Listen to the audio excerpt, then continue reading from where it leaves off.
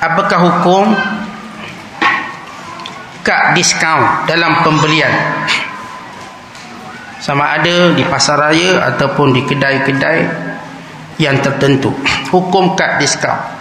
Baik tuan-tuan, hukum kad diskaun, sekiranya kad diskaun perlu dibayar sejumlah wang, maka hukumnya haram. Umpamanya tuan-tuan ada kad kedai buku, syarat kad tu kena bayar RM5, syarat kad tu kena bayar RM10, maka tuan-tuan berhak mendapat potongan 10% atau 15%. Hukumnya haram. Kenapa haram? Kerana dia berkait jual beli yang mengandungi gharar. Nahan Nabi sallallahu alaihi wasallam an bai'il gharar. Nabi melarang jual beli yang tidak pasti dan ada penipuan. Tuan-tuan dah beli kad tu dengan bayaran RM10, RM20. Untuk beli satu, dengan tu tuan-tuan dapat potongan. Bagaimana kalau tuan-tuan tak guna kad tu? Kita tak guna kad tu, maka menyebabkan kita tak dapat hak tu. Dan bagaimana pula kalau kita guna kerap dan sebagainya? Maka barangkali peniaga pula ada masalah. Atau peniaga cenderung untuk menipu, dia angkat up harga tinggi-tinggi sebab dia dah bagi tuan-tuan 20%. Maka ditipu pada pemilik orang yang tak punya kad. Sebab itu Majma' Fiqh sedunia bersidang menyatakan mana-mana kad diskaun perniagaan adalah diharamkan bila mana berlakunya pembayaran keahlian. Tetapi kalau sekiranya diberi percuma, tak apa. Tuan-tuan apply satu kad pasar raya, percuma dia kasih, tak bayar-bayar, tu dibagi, maka ini harus. Sebab tidak ada unsur perjudian, unsur penipuan, unsur dihalang.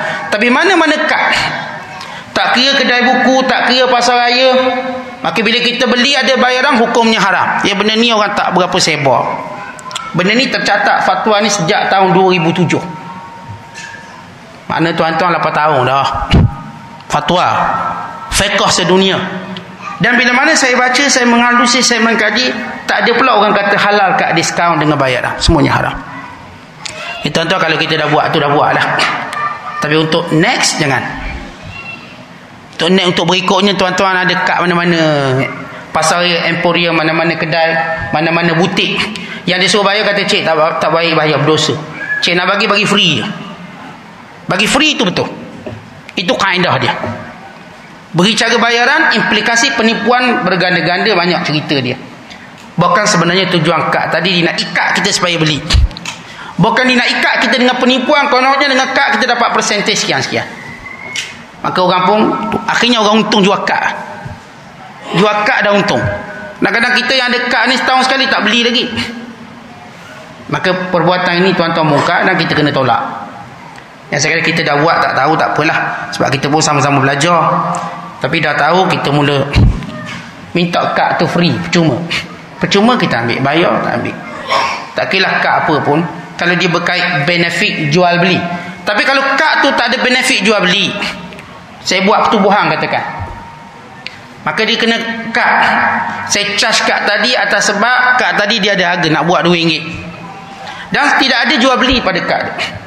Sebagai bukti keahlian, macam tuan-tuan buat kad pengenalan, kad sekian-sekian, sebab saya tak ada jual beli, sebagai satu sokongan dana kepada pertubuhan atau dana kepada mana-mana institusi. Okay, kita bayar. Organisasi ni dibuat, keahlian dia, okay, dia ada kad ni dibayar dengan harga RM10 sebagai satu cara menyumbang kepada pertubuhan. Maka kalau sumbangan tak ada masalah. Tapi kalau ia sebagai asas jual beli, potongan, itu adalah perjudian. Itu namanya gharar, ketidakpastian. Sebab tuan-tuan tak pasti berapa kali guna kad. Mungkin saya kata tuan-tuan mungkin tak guna sampai expired date, kemudian kena tambah lagi. Dan peniaga pula, kerana dia nak cari untung, dia dah dapat customer tetap, dia cenderung menaikkan harga. Dia akan menzalimi orang tak ada kad, dan dia menipu orang ada kad. Maka kecenderungan itu tuan, strategi cara perniagaan kapitalis. Sebab itu kita kena akur dengan fatwa ulama dalam hal ini. Cara ini cara sihat. Bukan sebenarnya perniagaan bila ada eksklusi itu, eksklusi dia menafikan hak-hak orang miskin, menafikan sekian-sekian.